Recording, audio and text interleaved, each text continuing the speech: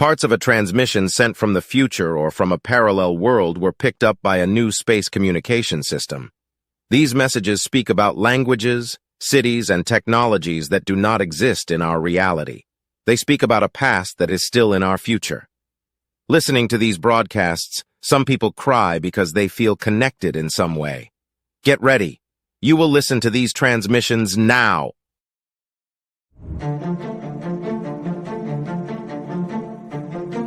Alien biology in my and your timelines.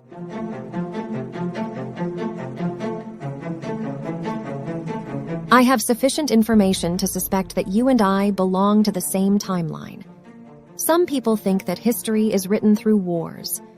Although there is some truth to this, I'll try to do something different. These are some of the facts that I suspect that we both share in our history books. In the year of 1996, a brilliant scientist named David McKay and his team from NASA found uncontaminated evidence of Martian microbiology in a meteorite from Mars that fell on Earth thousands of years ago. If you don't believe me, you can search for it. The meteorite's ID is ALH84001. In the year of 2002, further evidence of Martian life was published by Thomas Kepperta and colleagues also analyzing the same meteorite. Few years later, scientists from India and the United Kingdom sent balloons to the stratosphere to collect material falling to Earth. Balloons were sent so high that it was impossible for them to be contaminated from Earth while sampling. They timed their experiments with the probability of finding space dust and asteroids. In all of their experiments, they found biological organisms falling to Earth. Again, this work involved brilliant scientists including Milton Wainwright and Chandra Wickramasinghe. They believed that they found extraterrestrial life, and they were right.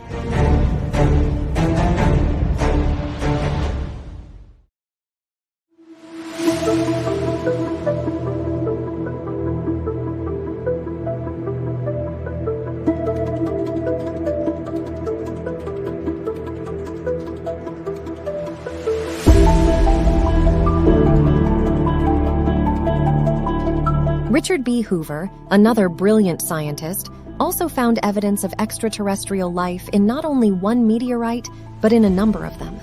In his work, he showed high-resolution electron microscope images of complex and beautifully preserved alien microfossils from alien biology. With so much evidence, it's hard to argue against his findings.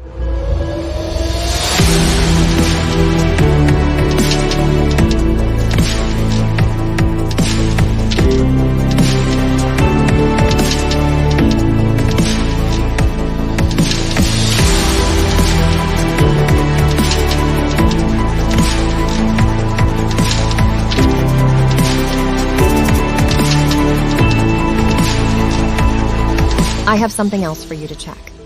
In my timeline, one of the most important events has a precise location and a precise date for you to check. Starting from 25th of July of the year 2001, in India, in Kerala, there were red rains over a few hundred kilometers for up to a month. When scientists analyzed the red rain, they found biologic living organisms, cells, with red coloration. Although these cells were evidently alive and able to reproduce, tests for DNA revealed absence of DNA. Let me repeat. The red rain was composed by biologic organisms capable of reproduction without DNA. I would like to specially thank scientists Godfrey Lewis and Kumar Santosh for studying and documenting one of the most important events of my timeline. In India, Kerala experienced a rain of DNA-free cells from alien origin.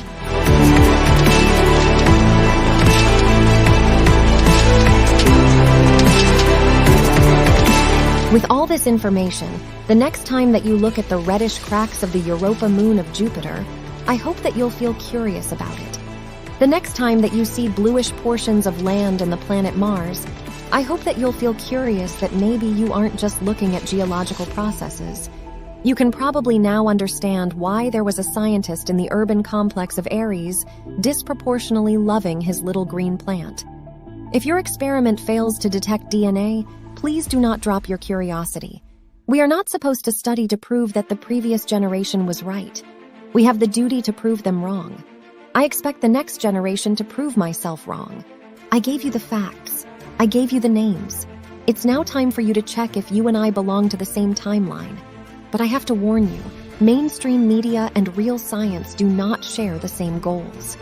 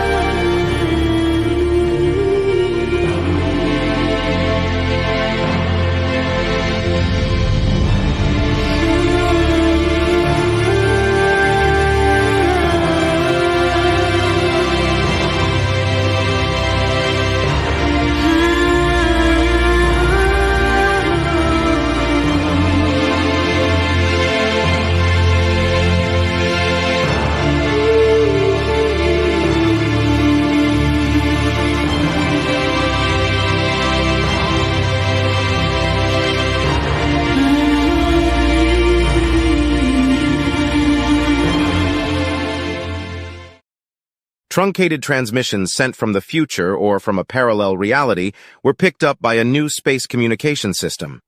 These messages frequently relate to a day when a team of scientists did an experiment that violates known physics. The experiment resulted in an ice sphere emerging from the South Atlantic. They refer to languages that don't exist in our reality, although these languages seem to derive from Spanish, Castellano, and Brazilian. In the messages, some words seem to belong to these languages. They also refer to cities that we don't know. The new technology resulted in political, economical, and social changes. Everything has or will be changed as a result of technology. Ice spheres are a recurrent topic, although we don't know why. The reason why these messages refer to Europa Moon is another mystery. The Europa Moon of Jupiter is itself an ice sphere. Listening to these messages, some people cry because they feel connected somehow. Get ready. You will listen to these transmissions now.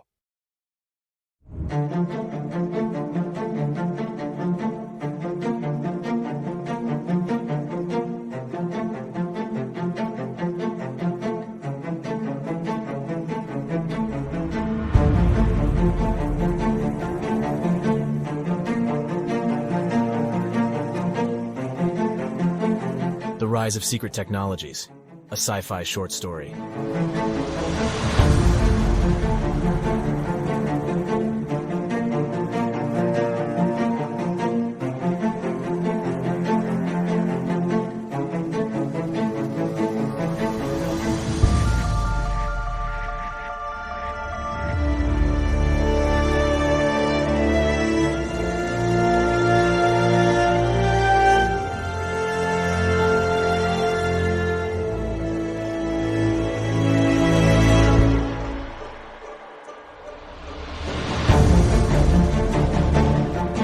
Part 1. A white dot is detected by several satellites in the South Atlantic. Shortly afterwards, footage taken at the scene shows what appears to be an ice sphere rising from the sea. It is estimated that the diameter of the sphere is about 300 meters. Frozen marine life can be observed. The sphere rises into space as several satellites film the event. All sorts of nonsense are released to the masses following the event. They are happy green Martians stealing our water. It's a specimen collection.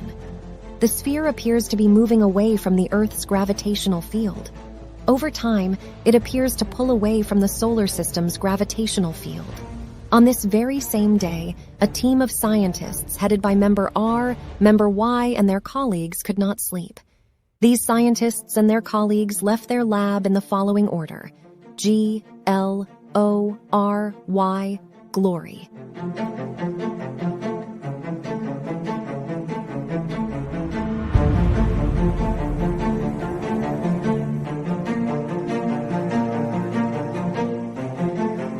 Part 2. These are texts from other times. These are times of other texts. Half of those scientists grew up north of the urban complex of Sudamericanilla in an area where Espanogues was spoken. The other half came from the region where Brasiliano was spoken. Sudamericano had not yet emerged even as a dialect. Technologies such as the temporal deceleration room, big roundabouts, the home bomb, and the counter-entropic mechanism were not yet known. The theory about Happy Little Green lost its meaning right at the beginning. Mainstream media seemed to like the theory about specimen collection. This theory was better than the truth that was beginning to whisper in many people's minds. The imperial power preferred the collection thesis. Sudamerica could not impose itself against the empire. Unifying north and south of Sudamerica did not have popular support. Everything changed when that mixed team of scientists declared that the experiment was successful. Together, we are stronger. The significance of that moment was as great as the facts that supported it. For all sorts of different reasons, that moment was all about GLORY, glory.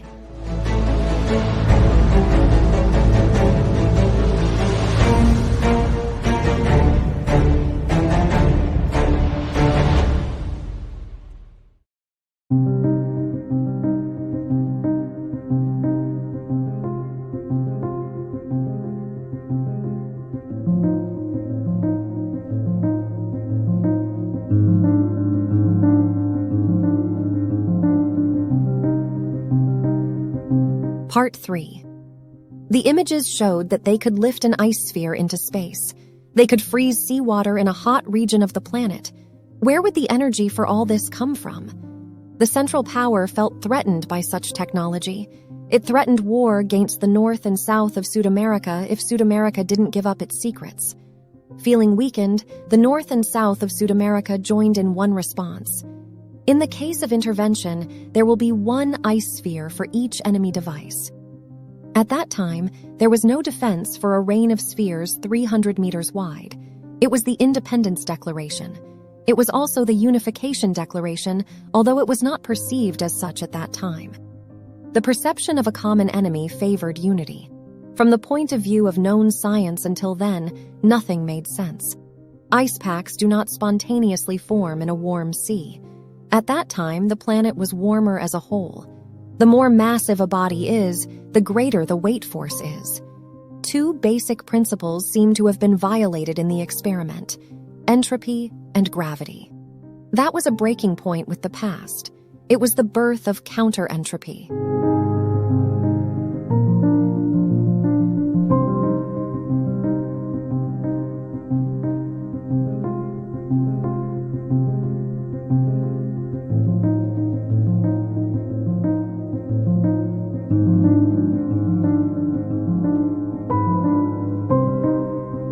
Part 4. The principle of counter-entropy is simple: draining heat from the environment in the form of useful energy. However, this causes a side effect: anti-gravity. A counter-entropic energy complex in the middle of a hot desert will make the region to cool while producing electrical energy. The complex cannot be large enough to destabilize the planetary gravitational balance. Just like nuclear accidents, gravitational accidents can also occur. Once, a counter-entropic power plant went out of control, generating more and more energy and anti-gravity. The region cooled down too much. The power plant as a whole was ripped from the ground and hurled into space. Tons of metals and lives were lost that day. Satellites followed the trajectory of the plant in space for some time. In the same way that TV transmissions, electromagnetic waves, are emitted into space every day, a new proof of intelligence has begun to be emitted: gravitational waves.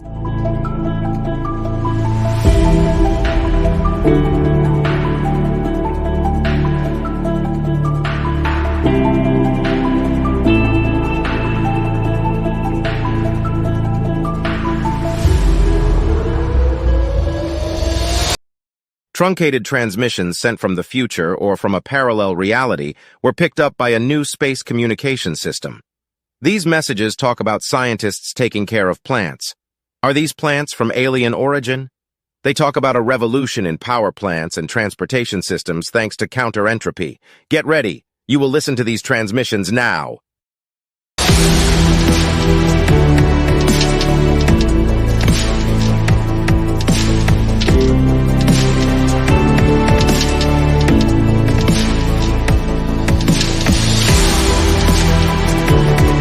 Part 5. With almost free electricity, the urban complex of Pseudomericanilla undergone major transformations. With energy to spare, in a city that could not rise above, machines built a new city underground. The city seemed to express itself through its nocturnal glow. Transportation systems were all diverted to the underground. People could then walk freely through the surface. Machines for transport purposes were not allowed on the surface. Until then, most of the Pseudamericans did not know about Pseudamerica. Few of them had been to the Andes, Patagonia, Atacama, or the Amazon. The Central Power culturally oppressed the Pseudamericans in such a way that the decultured masses dreamed about visiting the empire's amusement parks in other continents. Little did they know how impressive, beautiful, and impactful it is to be on the frozen top of the Andes, seeing the Pacific on one side and the interior desert on the other side.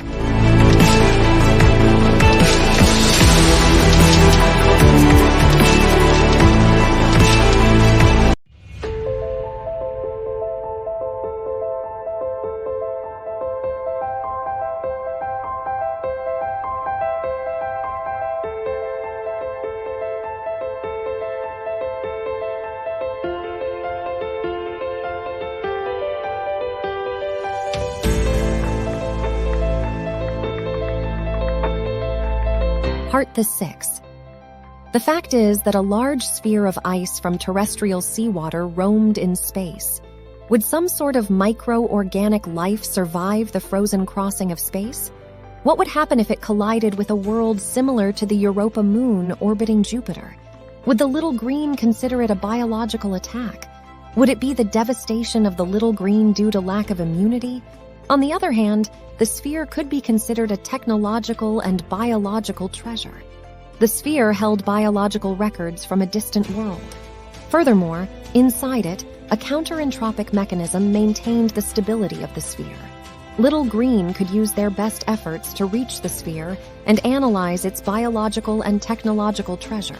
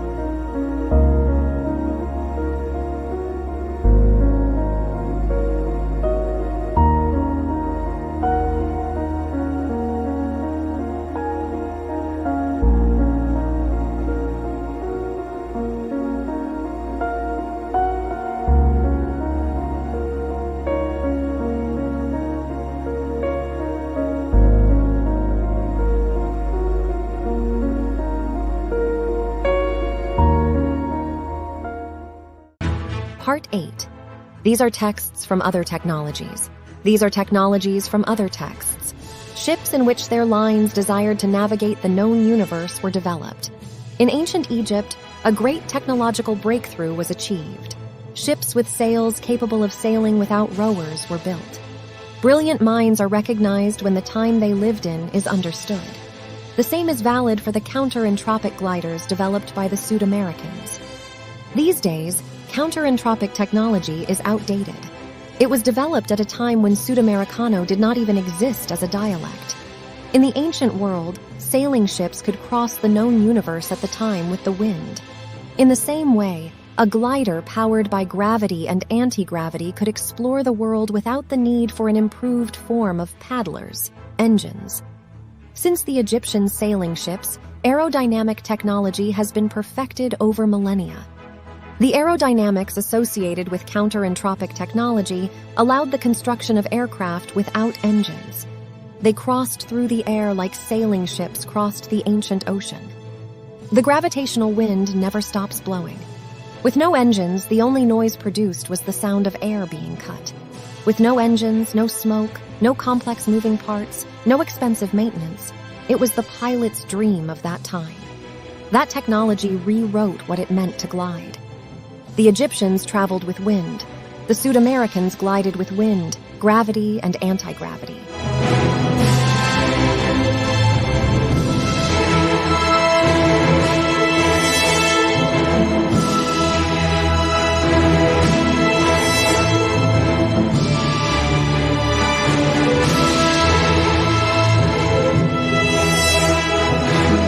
Aerial photo taken from a counter-entropic glider near the urban complex of Tiago. An intricate transport system runs beneath these mountains, connecting the large urban complexes of Sudamericanilla, Ares, and Tiago.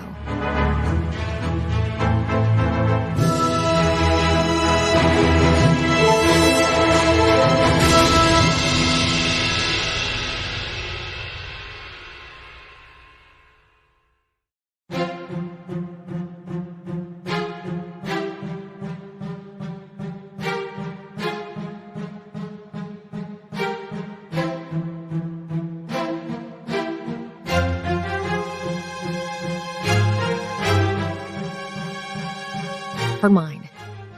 It's amazing how life and death intertwine in a similar way to wealth and poverty. The dead meat of a chicken supplies the life of a human for some time. Wealthy young men and women proudly wear clothes made by poor hands. Thoughts flew through the scientist's head as he enjoyed a sunny afternoon in a park in the cold city of Ares. Ares was and still is a sunny yellow city. It's full of trees, bookstores, beautiful buildings, and people who are romantic, cultured, and fond of their past. When transport was still carried out with animal traction in the region that is now called Sudamericanilla, Ares already exhibited mass transport with electric motors. Nowadays, while Sudamericanilla is a city that strives to be modern and is proud of being modern, Ares is a romantic city that worships the past. Blip blip is the sound that comes from a little black box with little blinking lights. It's time to go home, thinks the scientist. The box and other devices are attached to a hermetically sealed glass case. The armored glass case returns to the house along with the scientist. Inside the glass case, a beautiful dark little green plant lives.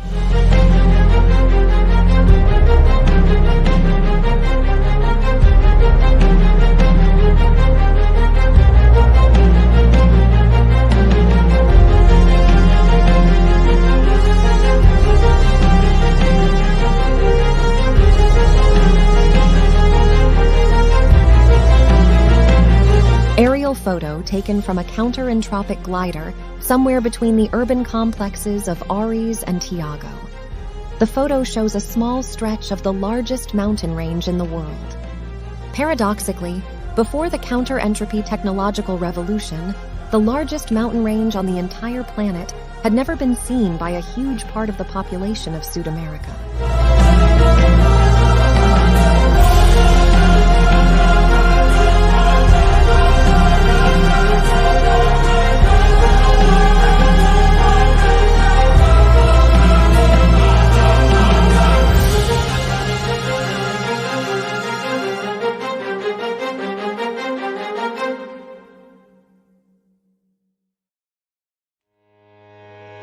Part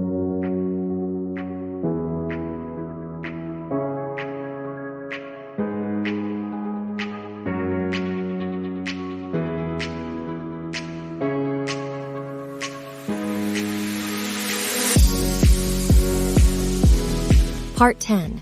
Animal cells are deposited in a container. They multiply on a geometric scale. When the container is full of them, they are removed and packed. On the packaging, the message "frozen meat" can be read. Thousands of these packages are produced every day in that facility. One container of 25 tons leaves the facility every 15 minutes. Large amounts of rapidly growing meat generate heat. Heat is drained with a counter-entropic mechanism. Large amounts of useful energy are generated. The freezing of the meat is done counter-entropically. Counter-entropic gliders wait to load containers in a queue.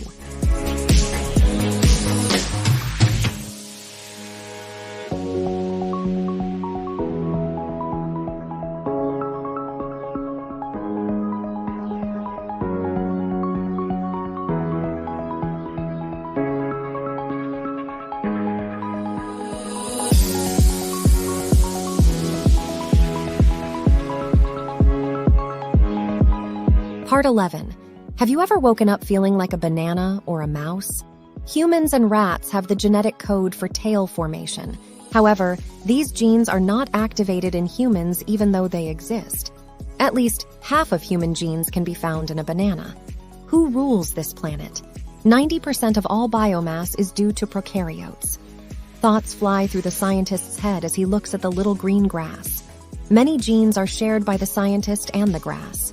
The soil under the grass likely harbors previously undiscovered prokaryotes. An alien invasion in prokaryotic form could go unnoticed. Assuming simplicity in plant genetics is a sure mistake. The invasion could certainly come in little green form.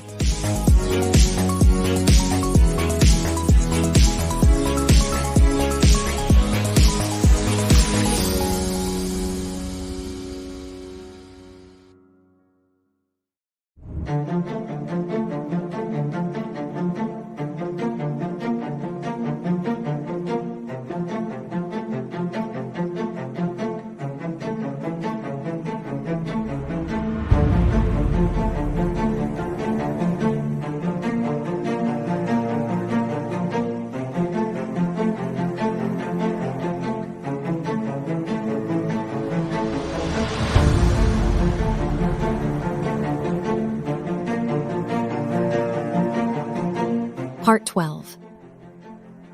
It's been 10 hours since noon. It's still daylight on that beach at this time of year. A shadow passes.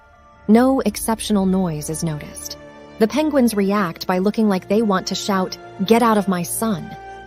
A group of dedicated scientists seem to be more concerned about penguin reproduction than their own reproduction.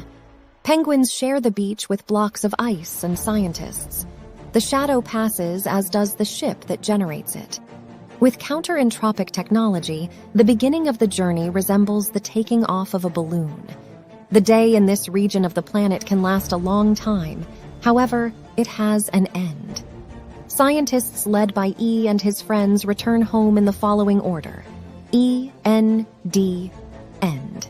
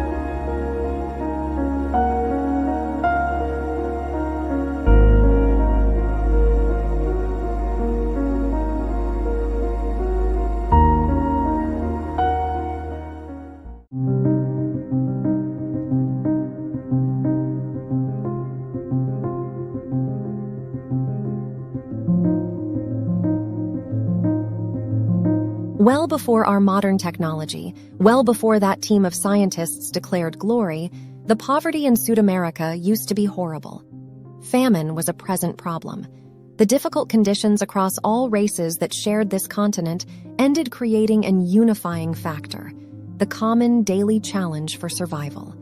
Hunger was a vastly more important matter to be solved than skin color, religion, or wars, especially in foreign continents.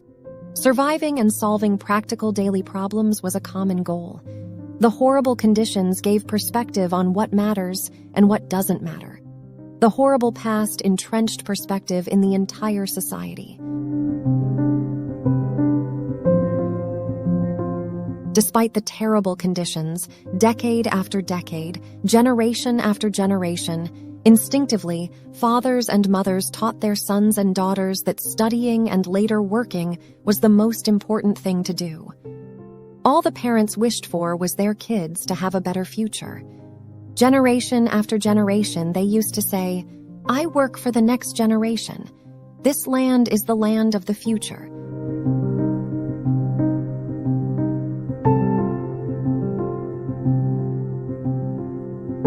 These parents were once kids. They acted both on instinct and repetition, but they were beyond right. They should be beyond proud. Their grandkids ended up building my reality. Most scientists that declared glory came from parents with much less education. If you had the opportunity to ask the scientists that declared glory what their parents used to do, they would reply, "My parents worked as drivers, used to work in a kitchen, used to sell magazines, and so on." Instinctively, with heavy investments in education, scientific research, engineering, health, and food industry, the society was organized towards building the future, although they didn't perceive it. They didn't have sports cards nor expensive clothes, but they had what really mattered: education to build a better future.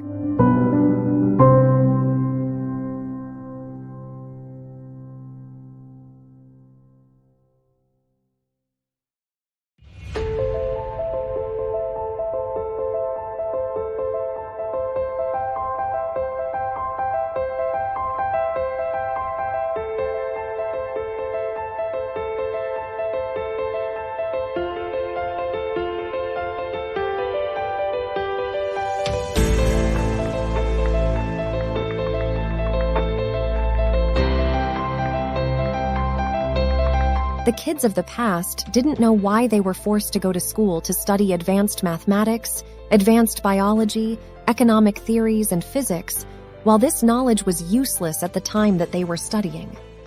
Forcing their kids to study, their parents acted on instinct. These kids were studying the knowledge of another time in a time of another knowledge. For plenty of kids, these studies were nonsense. This pattern was repeated generation after generation. I wish that I could send a message to the past and tell all of the kids that didn't know why they were forced to study, saying, "You have to study because you will build my reality. You should be proud about it. You are building bit by bit a day of absolute glory. Glory."